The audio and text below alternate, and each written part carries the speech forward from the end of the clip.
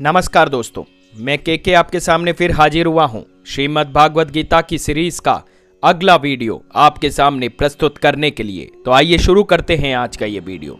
दोस्तों, श्रीमद् भागवत गीता के अध्याय नंबर 1 के श्लोक नंबर 25 तक की व्याख्या हमने कल तक जानी, समझी और सुनी थी। आज हम जानेंगे अध्याय नंबर 1 श्लोक नंबर 26 से विस्तृत व्याख्या।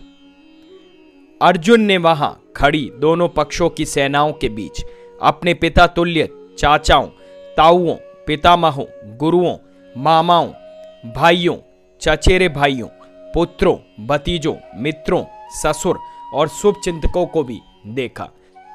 आइए विस्तृत चर्चा कर लेते हैं इस श्लोक के बारे में। अर्जुन युद्ध भूमि में अपने सभी संबंधियों को देख सका।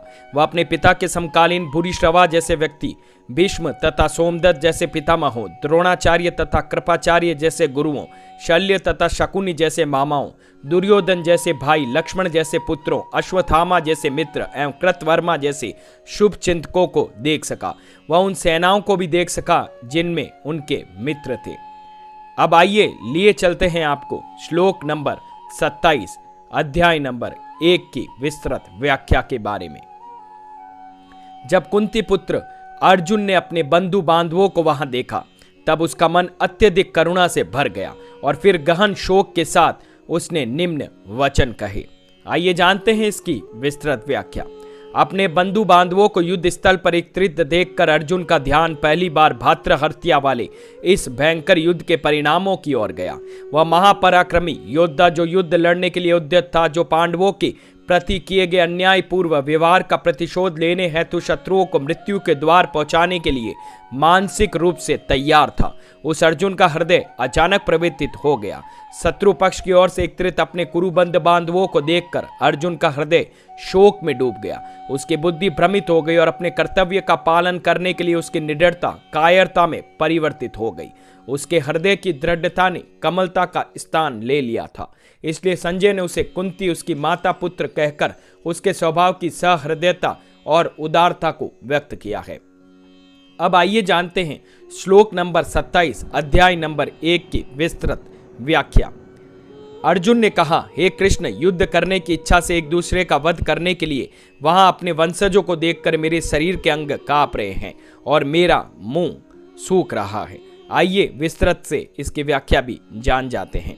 आसक्ति लौकिक या आध्यात्मिक मनोभावना हो सकती है, परंतु किसी संबंधी के लिए मोह एक सांसारिक भावुकता है जो जीवन की दैहिक संकल्पना के कारण उत्पन्न होती है। स्वयं को शरीर समझने पर किसी की दैहिक संबंधियों से आसक्ति हो जाती है।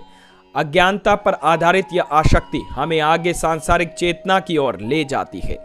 अंत गोतवा ऐसे आसक्ति का अंत भी दुखदायी होता है, क्योंकि शरीर का अंत होने पर पारिवारिक संबंध भी समाप्त हो जाता है। दूसरी ओर परम पिता परमात्मा हमारी आत्मा के सच्चे माता पिता, सखा, स्वामी और प्रियतम है।